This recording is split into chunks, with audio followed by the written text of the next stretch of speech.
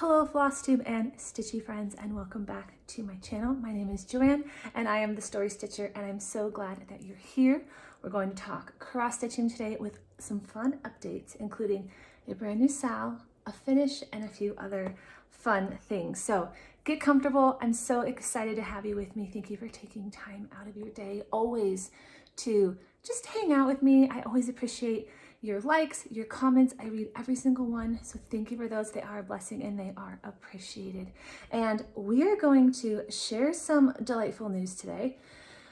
And what that is a brand new SAL that I am doing with the lovely Olivia of Pumpkin Hollow Quilts, and it is in honor of Jane Austen's 250th birthday. And I'm sure that many of you have watched Olivia's channel. It's fantastic. She's an incredible stitcher. She has been so inspiring to me. I just soak up all her episodes, and I noticed in her last cross stitch update that she had shared about Jane Austen, and she had shared about a project that she was stitching on. It was a whip that she'd had for a little while. I reached out to her on a whim and I asked her if she wanted to team up on a SAL that I've been thinking about doing, and she was absolutely excited and eager to dive in. So she and I are I'm so excited to say that she and I are hosting a Jane Austen themed stitch along, and I would love to invite you to join. I'm actually working on a secret Jane Austen inspired project. It ties to the novel that I've mentioned that I'm working on, and we are actually going to be rolling out the cover reveal for that next month. But it's had me thinking about Jane Austen for the last couple of years more than ever, and as part of that, I have been wanting to do some Austen inspired cross stitching for 2025, and it would be so wonderful if you would like to join us. It's very easy, very simple. I'm calling it breezy because you can choose any pattern you like and you can stitch it at any pace you want. It's very self-paced. It's meant to be very, very fun. So if you're a fan of Pride and Prejudice or Emma, Sense and Sensibility, Persuasion, or more, this SAL is for you. You can pick any project that you want. It doesn't have to be a specific pattern. You can pick any project that you like. It can be very Jane Austen, as you'll see mine is, which I can't wait to show you, but it could also just be reminiscent of something that you love about her stories, or maybe England. It could be a beautiful scenery. It could be some teacups. It could be anything that brings you into her world in your own unique way. That might be that you find something, something new and you get to do a new start, or you might have something in your whip pile that would work for this SAL, and that would be amazing. There's a hashtag, StitchJane2025. You do not have to be on Instagram to participate or anything like that. If you do want to use it, I am on there as well, and I'll be looking forward to following along, seeing everyone's progress, and I'll be posting some progress of mine there and here. And so no matter what level you want to get involved in, I'd love to hear in the comments below if you're a fan as well of Jane Austen, and if working on this little stitch along is something that you would enjoy. How about I show you what I have? So I did a little bit of digging. I did a little bit of scouring on the internet to find just the right project. And I wanted something that felt manageable, but that felt whimsical. And I think I found it, or I should say I know I found it, because I already have a start and I'm already positively loving it. It is 100 Different Ways by Plum Street Samplers. It's so pretty. This one's been around for a couple of years, and I felt like just the right level of challenge and enjoyment. And of course, since I am a romance author, I had to have something nice and romantic, and this really, really spoke to me. I'll put the picture up here so you can see it. And I did get a start on it. So I placed an order at 1, 2, 3 Stitch, as one does. Ordered my fabric. I got the pattern off of Etsy. But before I show it to you, show you my progress, I have to show you the floss. So here's the colors. Many of them are Weeks Dye Works with a few DMCs thrown in. Really pretty colors on this one. Pinks, greens, very springy. If this one speaks to you and you want to stitch this one specifically, I would love for you to do that as well. But of course, you can pick any one you want. And I made some floss drops.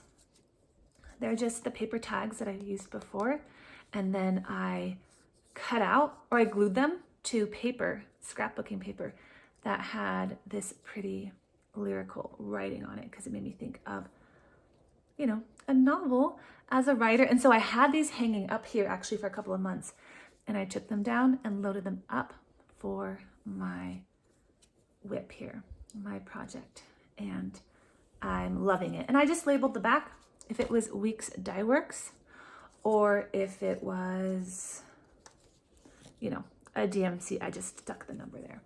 And so I'll show you more about why I chose which threads, but I think most of you have a similar method, and I've actually been inspired here on Flosstube to pick, if I'm gonna do fancy floss, and if I am unsure about doing all fancy floss, to pick the colors that might be standing out the best, or really be the most emphasized or the most beautiful, and that's what I've done. And then anything that's more of a supporting color, I will be using DMC. Here is my progress. I started the top border last week, and it's so pretty and it's so much fun. I'll put something back here to block the little twinkle lights. I'm doing it on a 25 count Lugana in the color Vintage Smoky White. And I'll talk to you a little bit more about thread count today, because it's kind of one of the themes, is that I've just been enjoying 25 count the last few weeks, because it's been a little busy, it's been a little hectic, and there just doesn't seem to be enough hours in the days some days. Since I work, I also write, I also have kids, I teach homeschool classes on Fridays. Life is just full. And so when I can just sit down and grab a really easy stitch, it calms my mind. It calms my mind, it warms my heart, and I feel very, very blessed the whole time. And that's the cross stitch vibe I'm going for right now. The top color, that pink, is Weeks Dye Works, and then the green is, that one's a DMC. And it's just beautiful. Absolutely love this fabric. I definitely think that I will be using it again. And again, if you decide to join in, please share what you'll be working on. I know that Olivia is doing at least one cross stitch piece, and she has a couple other projects in store. I'll wait for her to get to tell you about those. And I'm just so excited to get to be working on this SAL with her, this stitch along, and would be absolutely honored and delighted for any of you to join along and have some fun as we celebrate Jane Austen. And in that spirit, I'd love to know if you have a favorite book, a favorite movie. Feel free to gush all those things, if you would like, in the comments. I just have it here in my project bag with all my little things. Sometimes I stick the sticker of the fabric that I'm using on the back of the pattern there. It helps me stay a little bit organized. And that is 100 different ways, brand new start, and easily already one of my favorite projects. How about we jump to another whip, because I want to finish with the finish. And I know I'm working backwards, but sometimes that's fun. What I'm doing again is keeping it a low thread count season, maybe for the month, maybe longer, I'm not sure. But I am doing another 25 count project. And it's this one, American Red. I always call it American Red. It's Americana Red. I seem to not know how to read that word, Americana Red, by October House Fiber Arts. This is another one that I love. I've been enjoying it so much. I have made a slight modification, which you saw in a recent update. And the fabric that I'm stitching it on is, I'm double checking. Again, as I mentioned, I've been just sticking the labels there on the back. This is 25 count Lugana in the color Potato. You know, I grabbed this one at the attic and absolutely love working on it. Here's my progress. I did show this in my end of year whip parade, and since then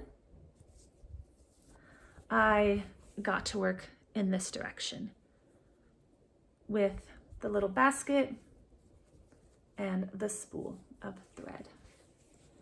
So not a whole lot of stitching, but I started this right after my finish, and it was a monogamous 2 weeks for me. So this is after my finish. So I'm pretty jazzed that I got to pick up another whip and make some more progress. And I did a couple more of these buttons, and I'm just chucking along and having a wonderful time. Really effortless stitching is what I would call this. Absolutely effortless stitching. And that has been speaking to me very much right now. It's been good medicine. It's been good therapy and good comfort. And that's something I'm really, really grateful for. I'm just trying to enjoy this season of working on a lower stitch count and not allowing myself to get too hung up with kind of negative talk of, oh, Joanne, you should be stitching higher count. You should be advancing, or you should be fill in the blank. And then what I tell myself is, you should be having fun. You should be enjoying this. And that's what I'm doing. So I'm just rolling with this 25 count, as you can see in these last two projects. And the color on this one is from Classic Colorworks. It is licorice red, and I have a number of skeins of it. It is such a beautiful red, such a beautiful red. I don't know if my camera will pick it up because I only film on my phone and it doesn't have a very good zoom feature, but I think you can see some of that variation or variegation that it has, almost some peachy tones now and again, and just absolutely gorgeous. And I love the silkiness. I don't know why, but Classic Colorworks feels a little silky to me, and I like that. This one I'm stitching 2/2. Same with the Jane Austen piece, also stitching that one 2/2. And yeah, it's been a delight. So there is Americana red, and it's going to be a good size piece. I have a lot of fabric there for it, as you can see. Lots of space to make progress. But as I mentioned in a previous update, I'm going to take it out of the bag.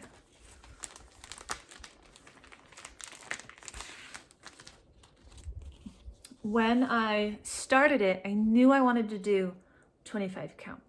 I just knew that if I tried to bite off more than I could chew, this would be a project that took me a very long time, and I would just kind of slog away on it. And I didn't want that. I wanted to just soar with my new little cross-stitching self. And that's what I've decided to do. So because of that, I have had to take off this detail here, which is one of my favorite elements. And so what I have is I have a plan of how I can work this in a different way. Will it work out? We're gonna find out. So I hope you'll stay tuned to see how this one continues to progress and if I can find a nice spot to put this, because I've got an idea. So looking forward to getting further along on this one. And I feel like the potato, I almost never do the call for fabric for some reason. Maybe it's because I'm building my stash and because I'm typically not as advanced as the sample stitchers are. Typically, I'm not as advanced as they are. So I tend to find something that works well for me, but still gets that right tone or the right idea. And I'm great with that. Looking forward to finishing this one day. I don't think this will take too terribly long because I do find that I gravitate toward it very often. Whenever I have something that I need to reach for, a lot of times it's this one. Just very much comfort stitching. Are you ready for a finish? Let's talk about Little Women. Got it. This is my project bag. It's by the designer Posie, also known as Alicia Paulson. I never know which one I'm supposed to say. I tend to just say Posie. Lovely pattern. This was so nice to work on as a pattern. Something that I'm learning, I feel like is a common denominator with all the projects that I'm showing you today, is they are very easy to read patterns. Very friendly, very inviting, very crisp and easy to follow, not too difficult. And that seems to be the theme of this trio today. And as you've seen me in other videos, sometimes struggling with certain patterns or certain designs or just certain you name it, fabrics or whatnot. I am knowing and trusting that as we progress in our cross-stitching journey, we continue to find patterns and designers that we love, or as that growth happens, realizing that as I sort of look at a pattern, well, that's the caveat, is we can't look at the pattern, right? But as I look at a project, we might gauge, what are the flosses? You know, is it fancy floss? How many colors does it use? Before, when I was first starting out, I didn't really know how to interpret any of that information. I just ordered the pattern and then sometimes found myself in a little bit of trouble. But this has been phenomenal. And so lots of colors there. And it just wouldn't be a Little Women update unless I showed you the floss on this one, because it is just my favorite. It's my favorite kit right now, or project that I've kitted up, I should say, with all the colors and beautiful mustards and browns and greens and pinks and blues. Very springy, very cheerful. I have loved it. And I just made these little floss tags, and of course I like to label it Little Women. Or whatever. I don't label them all Little Women. I label this one Little Women. I label other things something else. So that's been a treat. And I just don't want to let it go. I don't want to de-kit this. I don't want to put it away, but I'm going to have to, because we have a finish.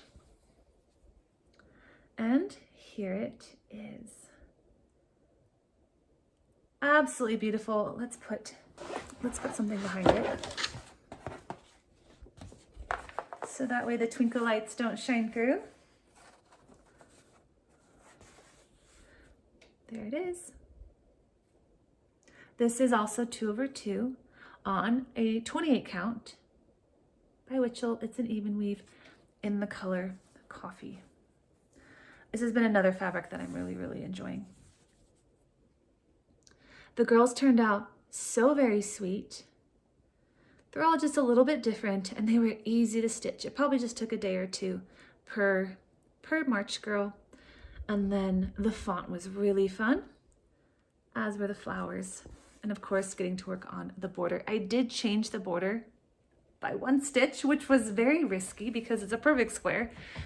But what I noticed is, I don't quite remember when or how it happened.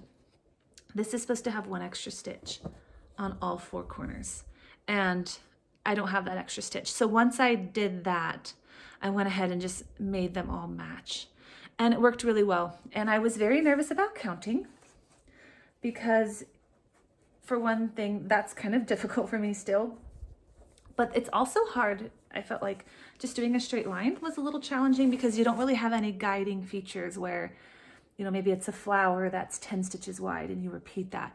That was a little trickier for me. What I did as a newbie, I'm not gonna lie, is I went down as far as I felt comfortable, and then I did the same, and then I stitched the bottom, and I just slowly crept towards closing the gaps until I closed the gaps. And it worked, and it helped me do it without making a mistake, is I eased towards the end points. And once I got about here, I counted my stitches to figure out when to start going up. It worked. And I love it. I did have this one framed, and I was going to show it to you fully framed. Let me show you the frame, because I didn't love it. This is the frame. It's a little thrifted frame, and it's actually a very cute frame. There's nothing in it right now because it has kind of this pretty, I don't know, sort of a filigree here and kind of this brassy edges, and it's the right size. And I thought it was going to be perfect, so I ended up framing it. I thought the browns would match and all that. But once I did that, a couple things happened. And it was that it felt too brown. Once I put it in there, it just didn't feel as warm and cheery and spring-like as I wanted it to be. And then also the border was so close to the edges that there was no margin for it to be at all crooked. And it just, no matter what I did, it looked crooked. So what I want to do is give it a frame that has a little more breathing room, maybe with a mat or something. And I'm thinking I want to do a lighter color than that. Either a shabby chic white, which is a color that I really love, or I just love white. I like bright colors. spring-like colors, or maybe a robin's egg blue, maybe even a gold. I did buy another frame that's gold that should I show you the gold frame? I need to show it to you. And I didn't use it. Let me show you the gold frame because it's cute as a button. This is the other frame that I have. I got it at TJ Maxx for $16.99. It has a piece of artwork in it, so I feel a little bit ashamed doing this. And I love the artwork. It's really, really beautiful. I love it. It's very beautiful. But I love this frame. Look at that frame with the bow. It's so whimsical. And there is the price tag at TJ Maxx. And I just really liked the shape, and I just thought it'd be so cute on the wall. And originally I had gotten it for this one, but I felt like the bows at the top, where I thought it might be complementary, ended up feeling really redundant and busy. So I'm not going to use this frame for Little Women. I just got an idea. I wonder if this frame would fit Jane Austen. That's kind of Jane Austen-y. We'll have to see if it fits. You'll have to stay tuned with me and see if it fits, because I think it might. And if it did, that could be very, very dreamy. And of course, I'll find a home for this little print, because it's also very cute. So that's the frame that I found. Maybe for Stitch Jane 2025, cast your vote below, because I think it'd be really cute. Frames are fun, and it takes a little bit of time sometimes to find just the right one. So far, I've had pretty good luck that it works out the first time, and this is one of those instances when it didn't quite. I would love your tips on what you look for in a good frame, and also maybe what you look for regarding the size. You know, if you see something like this, what does your mind tell you? Does it tell you to get a mat? Does it tell you to have it professionally framed, or whatnot? I do think it'd be cute in a shabby chic white frame. I just feel like it would increase the cheerfulness. In my last regular Flosstube, as I mentioned, I decided that I would do a monogamous 2 weeks to get that finished, because I had really, really wanted that finish, and it was fantastic. And so to be able to get the finish, and then to get to start something new and pick up another whip was lovely. Now it's time. I've got my basket of whips. It's time to start thinking about what to stitch on next. I still have all my Halloween projects for my whip parade. Not that one can't stitch on Halloween all year round. And actually, something that I discovered is it's not yet my first full year of cross stitching. It's been about half a year. As much as I loved Christmas stitching, I thought it was going to be my favorite, but it was such a busy time of year, and it's such a short time of year. I didn't make as much Christmas progress as I thought I would. But fall stitching encompasses so many months, even in season, that so far it's taken the cake for my favorite season of stitching. Let's take I'm going to do a little poke through and see what we can find here. I know I want to continue on with this piece because this is the SAL and this is the year to be working on it. So I'm going to continue with this piece. I don't want to set down this one. I don't know if I'm ready to let go of this one. So I might work on this one some more. We'll see what happens. And if I were to pick another one, I actually think I know what it would be. It would be this one, because this was going to be one of my February spring stitches, is the True Love Sampler. It's so pretty. I know I said about everything, but this one is just so pretty. This is one of my very first projects, and hasn't made any progress since the last I showed it to you, but I'll pull it out anyway, because maybe this would be a really nice one to work on in February and maybe in March. This one is definitely speaking to me. So I'm going to keep this one handy. I don't know for sure which ones will make their appearance in my next Flosstube, but it'll probably be a combination of these three. I have something else that I would love to show you. And when I filmed my little floss video, which was my last video, if you saw it, you glimpsed my very messy floss setup, my very, very messy floss arrangement. And I talked to you about recently wanting to get better organized and not stitching on anything unless it was kitted up. It's something I'm kind of putting a restriction on myself to not just grab floss willy-nilly, chuck it in some kind of a random location and attempt to stitch. Because what happened is I did that a time or two and I either couldn't remember the pattern I was working on because at that time it was like Christmas, PDFs and things, and I was not as organized as I should be. So that's something that I'm continuing to work on in the coming weeks, is making sure that my project bags and my pieces that I'm working on are well kitted up as best as they possibly can be. And so I'm organized and making steady progress.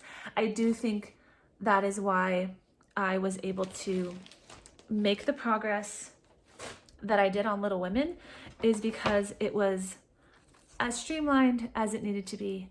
And because it was streamlined, and it made that a lot easier. So let me show you now, drum roll please, I'm going to show you my new floss, my little floss bin. Not this one, Joanne's original floss bin. Here we go, and it is finally organized, and it felt so good to go through here and do so. One thing that had slowed me down was I was trying to prep the floss, as in, you know, take it out of its little DMC wrappings, get it to length, cut it, wrap it back up, and put it in its floss bag. That's what I was trying to do because I thought that that was the way that you were supposed to do it. And then I decided that's taking me so long that I'm just chucking floss in the back of my bin until I have time to do that. So I thought, just do that later. And I went ahead and just organized all the skeins by number, even if I didn't unwrap them. And I think that's okay. I imagine there's a number of you going, yes, dear, you don't have to do that. But I didn't know that. I thought I was supposed to cut it to length before I stored it.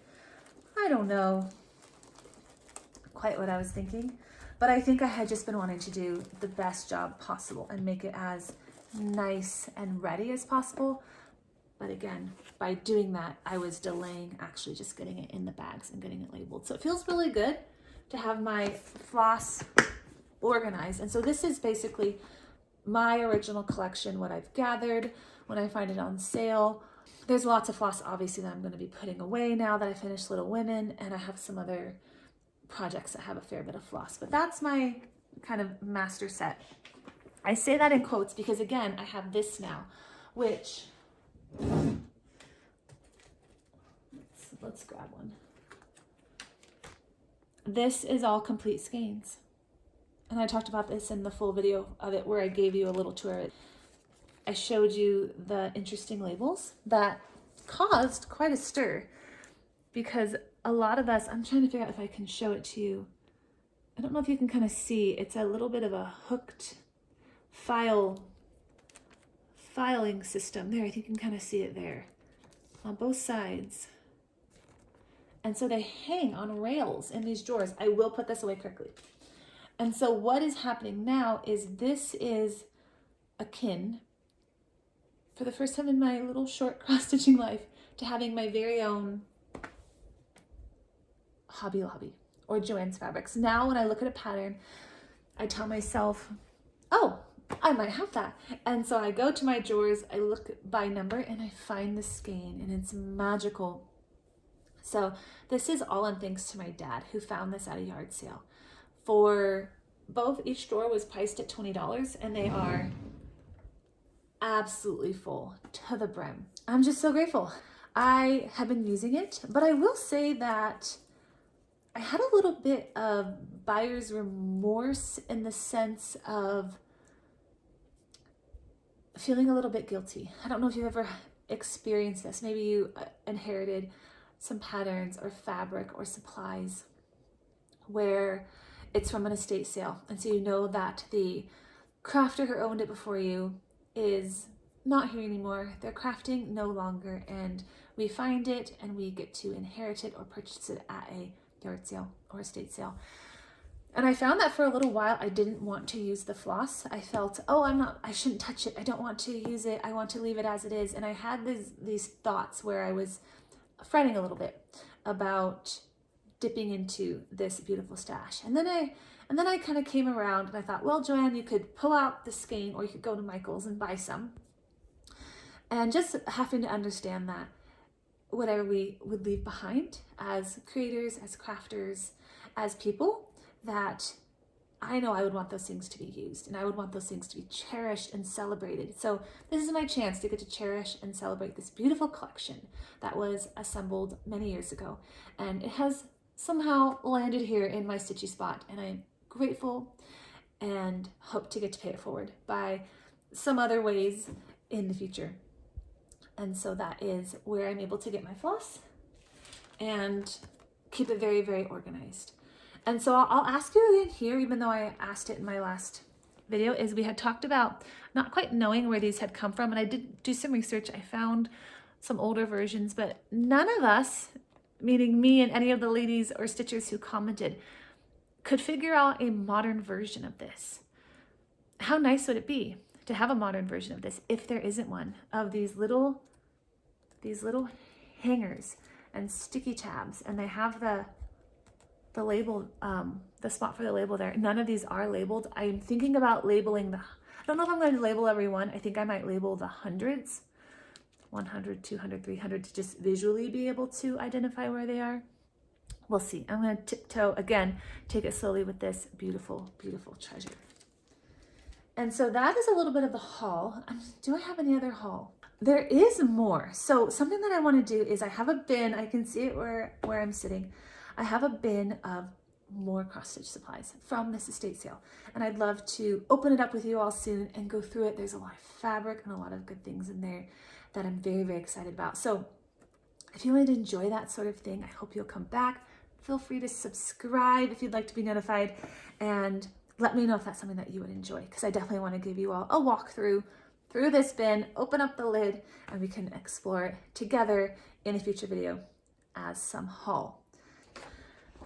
And with that, I do want to draw the giveaway winners, which I have some books here that are for giving away. Many of you left a comment last week for this set of 3 books, and I have drawn a winner. I'll put your name on the screen. It is Maureen, MW5T. You are the giveaway winner from last week's video. So Maureen, if you see this, you can send me an email. I'll have my email in the description below, and it will be my joy to get to box up these novels and send them your way. So thanks everyone who entered for the giveaway. We will do more in the future, and I will sign off. Have a wonderful day with whatever life takes you, and I will see you soon. Bye guys.